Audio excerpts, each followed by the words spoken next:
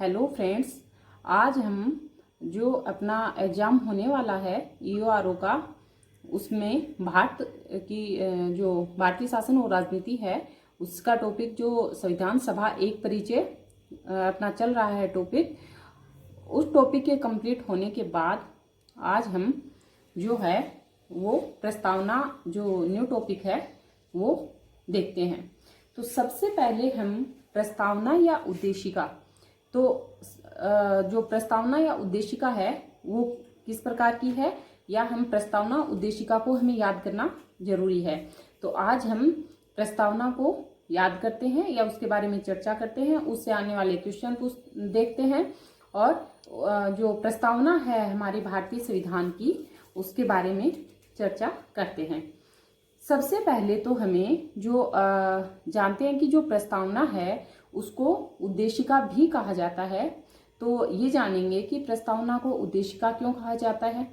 तो प्रस्तावना को उद्देशिका इसीलिए कहा जाता है क्योंकि जो अपनी संविधान सभा की जो पहली बैठक हुई थी वो हम जानते हैं कि 9 दिसंबर 1946 को पहली बैठक हुई थी, 11 दिसंबर 1946 को दूसरी बैठक हुई थी और जो 13 दिसंबर 1946 को जो संविधान सभा में जो उद्देश्य प्रस्ताव पंडित जवाहरलाल नेहरू के द्वारा रखा गया था तो उसी को स्वीकार कर लिया गया था। तो इसीलिए जो है उद्देश्य प्रस्ताव रखने के कारण ही आज हम प्रस्तावना को उद्देशिका के नाम से जानते हैं। ओके, अब नेक्स्ट बात करते हैं कि जो हमारी प्रस्तावना है उसको एक तो संविधान की कुंजी कहा जाता है। तो क्वेश्चन ये आता है कि प्रस्तावना संविधान की कुंजी, भारतीय संविधान में संविधान की कुंजी किसे कहा जाता है। तो संविधान की कुंजी किसको कहा जाता है, प्रस्तावना या उद्देशिका को। अब हम थोड़ा आगे चर्चा करते हैं कि भारतीय प्रस्तावना है क्या, मतलब किस तरीके की प्रस्तावना है। तो हमें ये मतलब एक तरीके से देखें तो इसको 5 से 10 बार अगर बोलते हैं तो हमें याद हो जाएगी। तो भारतीय प्रस्तावना हम याद करते हैं कि हम भारत के लोग भारत को एक संपूर्ण प्रभुत्व संपन्न समाजवादी पंथनिरपेक्ष और लोकतंत्रात्मक गणराज्य बनाने के लिए तथा उसके समस्त नागरिकों को सामाजिक, आर्थिक और राजनीतिक न्याय, विचार, अभिव्यक्ति, विश्वास, धर्म और उपासना की स्वतंत्रता, प्रतिष्ठा और अवसर की समता प्राप्त कराने के लिए तथा उन सब में व्यक्ति की गरिमा और राष्ट्र की एकता और अखंडता सुनिश्चित करने वाली बंधुता बढ़ाने के लिए दृढ़ संकल्प होकर अपनी इस संविधान सभा में आज तारीख 26 नवंबर 1949 ईस्वी को एतद द्वारा इस संविधान को अंगीकृत, अधिनियमित और आत्मार्पित करते हैं। नेक्स्ट हम एक बार दोबारा इसको रिपीट करते हैं क्योंकि अगर ये प्रस्तावना हमें याद होगी तो हर एग्जाम में यहाँ से क्वेश्चन, प्रस्तावना से क्वेश्चन कंफर्म आता है। और प्रस्तावना में शायद ही कोई ऐसा सेंटेंस होगा या ऐसी कोई लाइन होगी जहाँ से क्वेश्चन आज तक नहीं बना है।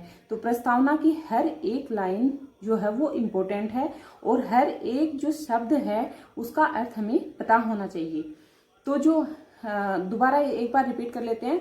हम भारत के लोग भारत को एक संपूर्ण प्रभुत्व संपन्न समाजवादी पंथनिरपेक्ष लोकतंत्रात्मक गणराज्य बनाने के लिए तथा उसके समस्त नागरिकों को सामाजिक, आर्थिक और राजनीतिक न्याय, विचार, अभिव्यक्ति और विश्वास, धर्म और उपासना की स्वतंत्रता, प्रतिष्ठा और अवसर की क्षमता प्राप्त करने के लिए उन सब में व्यक्ति की गरिमा और राष्ट्र की एकता और अखंडता सुनिश्चित करने वाली बंधुता बढ़ाने के लिए दृढ़ संकल्प होकर अपने इस संविधान सभा में आज तारीख 26 नवंबर 1949 को एतद द्वारा संविधान को अंगीकृत, अधिनियमित और आत्मार्पित करते हैं।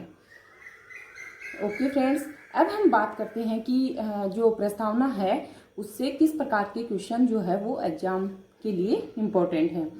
तो एक तो ये क्वेश्चन पूछा गया है कि भारत की जो प्रस्तावना है उसमें और शब्द का कितनी बार प्रयोग हुआ है।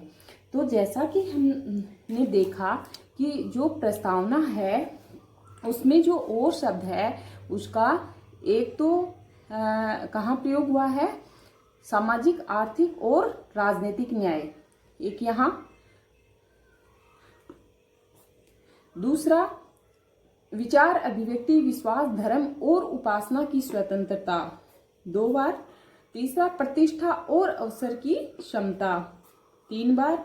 और एक हुआ है व्यक्ति की गरिमा और राष्ट्र की एकता और अखंडता, यानी कि 4 बार और 5 बार।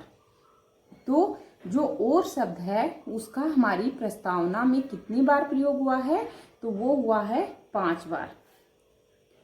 5 बार जो है और शब्द का प्रयोग हुआ है। अब हम नेक्स्ट बात करते हैं कि जो समाजवादी, पंथनिरपेक्ष और लोकतंत्रात्मक शब्द हैं वो भारतीय प्रस्तावना में कौन से संविधान संशोधन के द्वारा जोड़े गए हैं। तो हमें ये ध्यान रखना है कि जो 42वां संविधान संशोधन हुआ था 1976 में, उसके द्वारा शब्द समाजवादी, पंथनिरपेक्ष और लोकतंत्रात्मक शब्द जो है वो भारतीय प्रस्तावना में जोड़े गए हैं। कौन कौन से शब्द हैं? समाजवादी, पंथनिरपेक्ष और लोकतंत्रात्मक शब्द।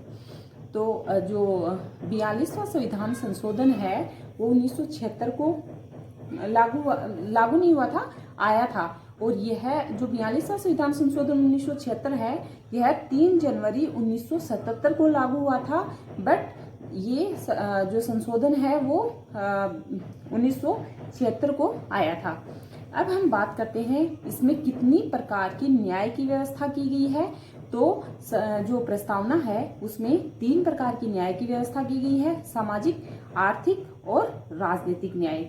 नेक्स्ट क्वेश्चन यहाँ से बनता है कितनी प्रकार की स्वतंत्रता की व्यवस्था जो है वो प्रस्तावना में की गई है। तो विचार, अभिव्यक्ति, विश्वास, धर्म और उपासना की स्वतंत्रता, यानी कि 5 प्रकार की स्वतंत्रता का उल्लेख जो है वो प्रस्तावना में किया गया है। विचार, अभिव्यक्ति, विश्वास, धर्म और उपासना की स्वतंत्रता। अब नेक्स्ट चलते हैं कि समता यानी कि समानता, किस प्रकार की समानता की बात की गई है। तो प्रतिष्ठा और अवसर की क्षमता, यानी कि 2 प्रकार की समानता या क्षमता की बात हमारी प्रस्तावना में की गई है, और वो है प्रतिष्ठा की क्षमता और अवसर की क्षमता। अब हम बात करते हैं कि जो हमारी संविधान सभा है उसको कब अंगीकृत, अधिनियमित और आत्मार्पित किया गया था। तो वो है 26 नवंबर 1949 को। ये क्वेश्चन भी आया है कि संविधान सभा को कब अंगीकृत, अधिनियमित और आत्मार्पित किया गया था। तो वो है 26 नवंबर 1949 को। अब हम एक क्वेश्चन लास्ट में ये बनता है कि प्रस्तावना में 3 शब्द हैं, अंगीकृत, अधिनियमित और आत्मार्पित। तो जो अंगीकृत, अधिनियमित और आत्मार्पित जो शब्द हैं वो इनको क्रम से लिखना होता है। तो जैसे सबसे पहले दे दिया अधिनियमित, बाद में दे दिया आत्मार्पित और दे दिया अंगीकृत, तो इनको क्रम से लिखना होता है। ठीक है, तो इनको हमें जो है वो क्रम से ही याद रखना है। सबसे पहले अंगीकृत, अधिनियमित और आत्मार्पित। तो ये हमारी प्रस्तावना जो है इससे को याद करना है। उसके बाद जो भी क्वेश्चन प्रस्तावना में शायद ही कोई सेंटेंस ऐसा होगा जहां से क्वेश्चन आज तक के एग्जाम में नहीं पूछा गया है, तो हमें ये पहले प्रस्तावना याद होनी चाहिए। तो इसके लिए दोबारा एक बार हम रिपीट कर लेते हैं। हम भारत के लोग भारत को एक संपूर्ण प्रभुत्व संपन्न समाजवादी, पंथनिरपेक्ष, लोकतंत्रात्मक गणराज्य बनाने के लिए तथा उसके समस्त नागरिकों को सामाजिक, आर्थिक और राजनीतिक न्याय, विचार, अभिव्यक्ति, विश्वास, धर्म और उपासना की स्वतंत्रता, प्रतिष्ठा और अवसर की समता प्राप्त कराने के लिए तथा उन सब में व्यक्ति की गरिमा और राष्ट्र की एकता और अखंडता सुनिश्चित करने वाली बंधुता बढ़ाने के लिए दृढ़ संकल्प होकर अपनी इस संविधान सभा में आज तारीख 26 नवंबर 1949 को एतद द्वारा इस संविधान को अंगीकृत, अधिनियमित और आत्मार्पित करते हैं। ओके फ्रेंड्स, आशा करती हूँ कि आपको ये समझ में आया होगा।